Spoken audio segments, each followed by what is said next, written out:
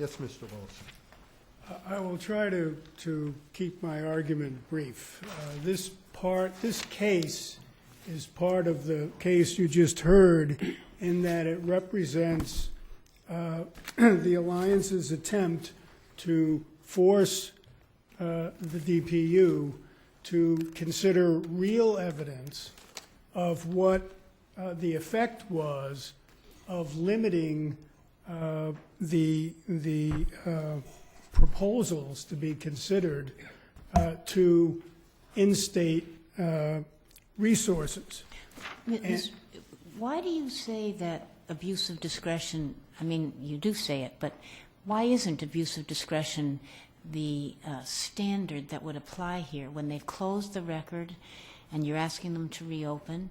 And it doesn't seem to me there's really, I mean, I understand you say because it's a constitutional issue, but your argument really goes to the cost effectiveness. It doesn't really go to the Dormant Commerce Clause. No, it does go to the Dormant Commerce Clause, and the Dormant Commerce Clause and the cost effectiveness issue actually weave together because the Dormant Commerce Clause violation really makes it impossible for the DPU to conduct a meaningful cost effectiveness review because, as was argued by, I think, the Assistant Attorney General, they point out, well, this isn't really a sole source situation because, in fact, National Grid solicited multiple proposals. Well, yes, they solicited multiple proposals from only in-state sources, thereby excluding from this market the rest of the United States, and so no one really knows what the cost-benefit analysis would be because no one knows what these excluded market participants would have presented. Well, the NSTAR evidence we submit gives you an inkling of what would have happened, because NSTAR was required to comply with the Commerce Clause and was required to redo its solicitations and get proposals from out-of-state sources, and that resulted in substantial savings, which bears on the constitutional issue because it shows it's evidence of the effectiveness of the Commerce Clause, and it's also evidence of the detriment that the violation of the Commerce Clause caused. So what we're saying is because there is this rather unusual procedural issue, because the question is, does this court conduct its own factual analysis? And there are precedents of this court, a long line of precedents, that suggests that in so doing, the court may be aided by considering evidence to bring its deliberations up to date factually. So, but the precedents also indicate that the court doesn't take evidence itself. It usually asks the agency to admit the evidence and authenticate it and make whatever findings are necessary to get the evidence into the record. Therefore, in order to get the NSTAR evidence technically before the court, I recognize we've talked about it already and the court is aware of what it is, in order to get the NSTAR evidence technically before this court and to assist this court in its constitutional analysis and incidentally in its consideration of whether DPU conducted a proper cost-effectiveness analysis, we had to go back to DPU and say, well, will you open the record so that we can get this evidence in?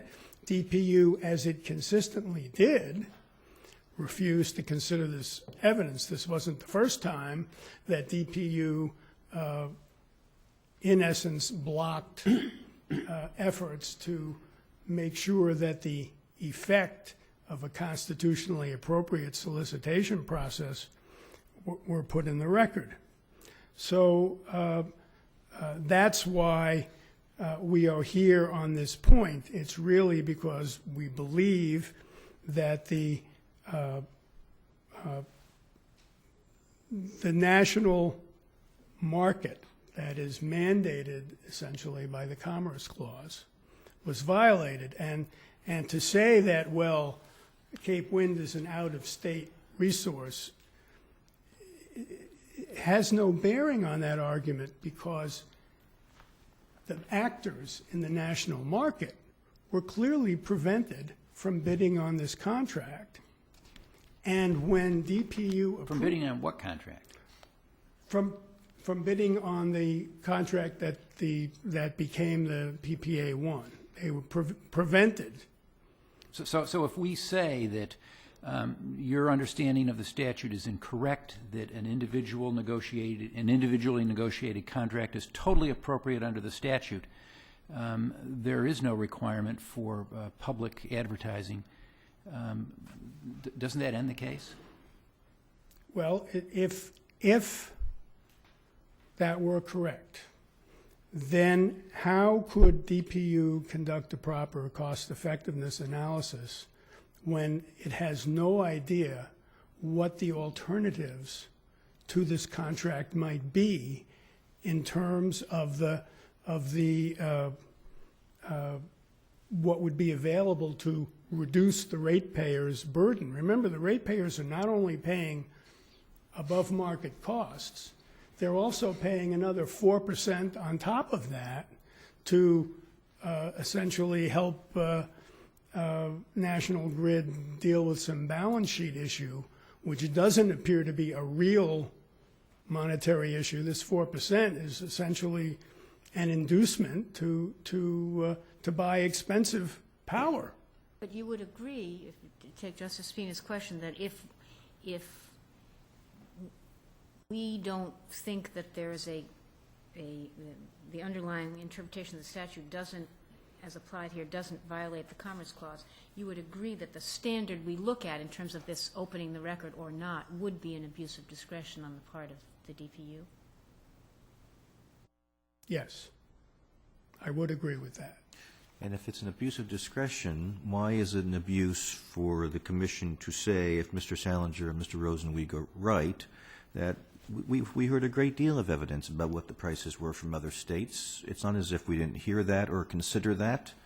Enough's enough. Why would that be an abuse of discretion for them to come to that conclusion? The evidence that they heard included Mr. Milhouse, National Grid's Director of Wholesale Market Relations, saying National Grid didn't seek out-of-state sources of renewable energy and did not know the specifics of any out-of-state sources. In other words, did not know what they would propose. Really. We know in a general way what's out there. We know in a general way what the market is, but we don't know, because of this constitutional violation, what really would be available. And so, and Mr. Rapp testified in essence that National Grid would not consider out-of-state resources in the context of Section 83 if the locational requirement were in place. Well, the locational requirement was in place at the time that National Grid did everything that they did to lead up to this contract. But DPU's review is for the appropriateness of that contract. And DPU can say, we know that National Grid didn't consider out-of-state sources, but in evaluating the fairness of that contract, we did. And we already gathered a great deal of information, and we don't think we need more. Isn't that what their argument would be? That would be their argument, but I don't believe this record shows that DPU considered anything in the way of a specific proposal from an out-of-state source to provide energy at a certain cost, which we believe would clearly be more cost-effective to the ratepayers. Remember that there's the public interest standard that DPU applied was a standard of, well, this is good for the public. But the statute requires them to make a finding that it's cost effective for the ratepayers. And what's really happening here is that DPU is approving buying a package of benefits for all of us, but making the National Grid basic service ratepayers pay for it and pay 4% on top of that as well. And we think that that's the way the statute is construed or constructed. The remuneration provision is a burden on ratepayers, and therefore the cost-effective analysis burden on DPU should be even greater, because DPU should be paying attention as to whether these ratepayers are being asked to pay an unreasonable amount for something that, let's concede, is benefiting the Commonwealth as a whole. I mean, I know my client has been an implacable opponent of Cape Wind, and yet my client has always said, among its many other complaints about Cape Wind, that Cape Wind is going to turn out to be too expensive. It's not going to be worth it. And that's exactly, is Cape Wind worth it, is the issue that DPU had to decide. And DPU chose to decide it without knowing what the alternatives were in a truly national market. And so we submit for those reasons. It was an abuse of discretion for them not to consider evidence of that fact. And also, that's something that the court needs to consider, is that there are these lower-priced alternatives out there.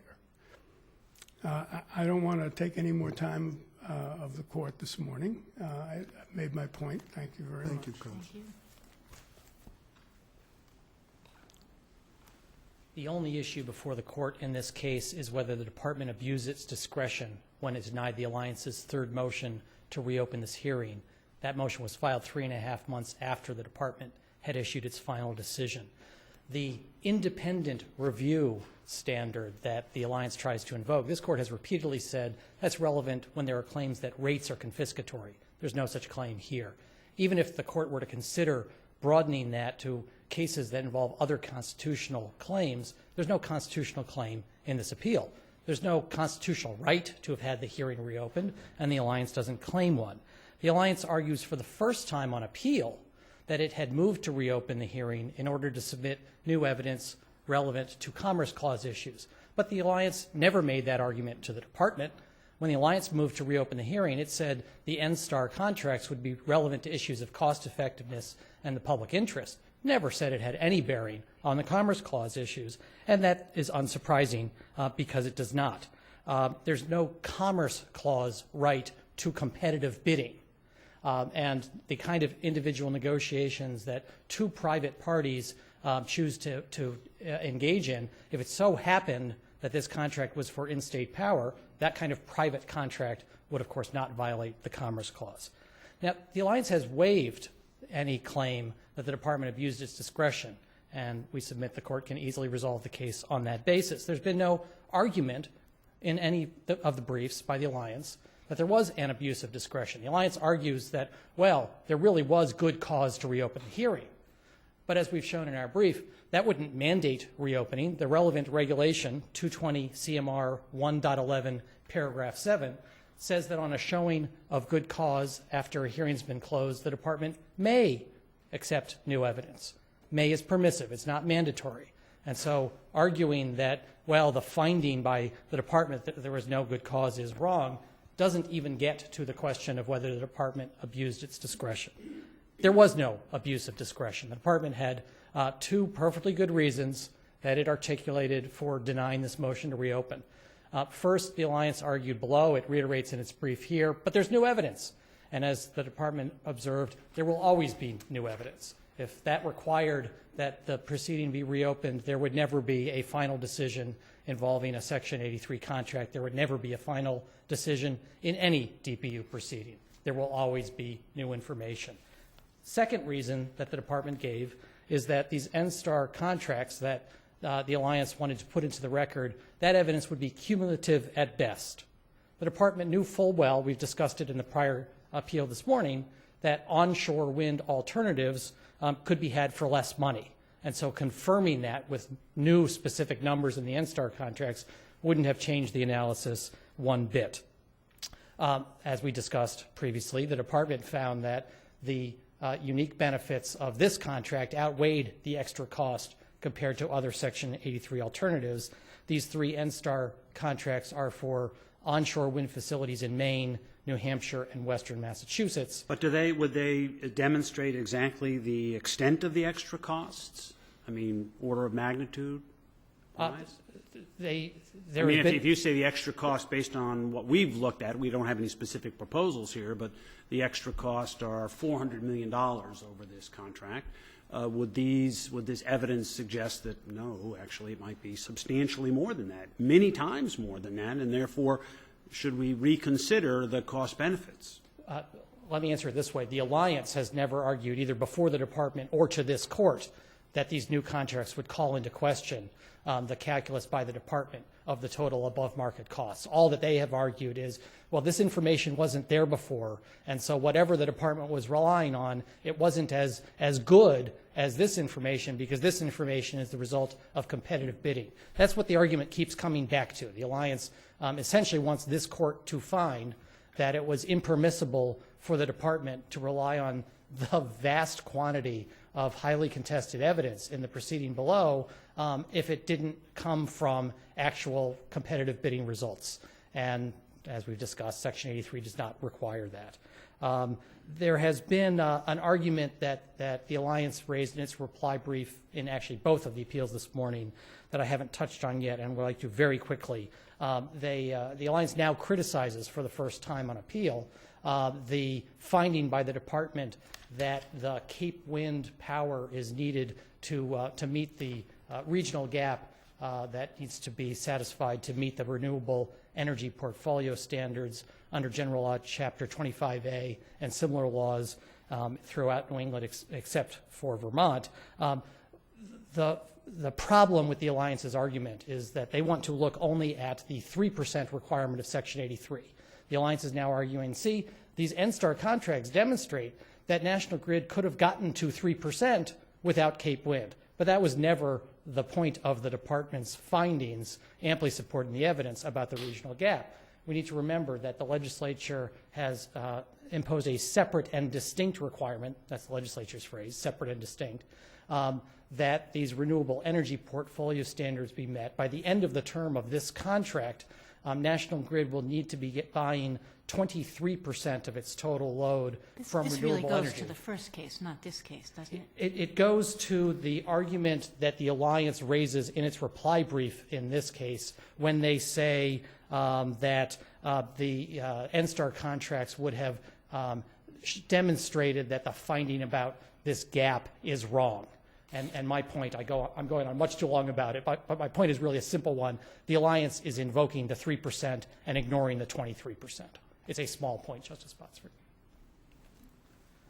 Unless the court has further questions, the department asks that its decision be affirmed. Thank you.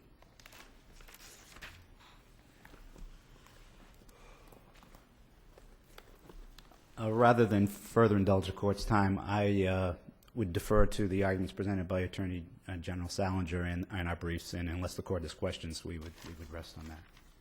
Thank you, Counsel.